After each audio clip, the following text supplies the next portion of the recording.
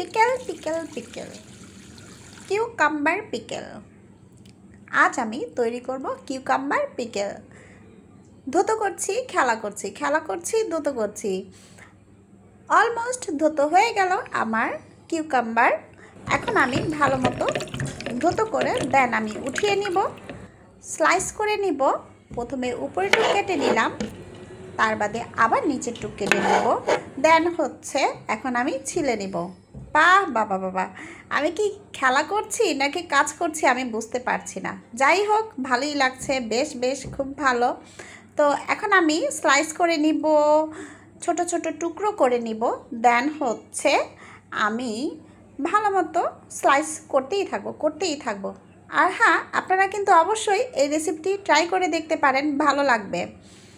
যদিও বা আমি এখন পর্যন্ত খাইনি, তবে মনে হচ্ছে বেশ ভালোই হবে।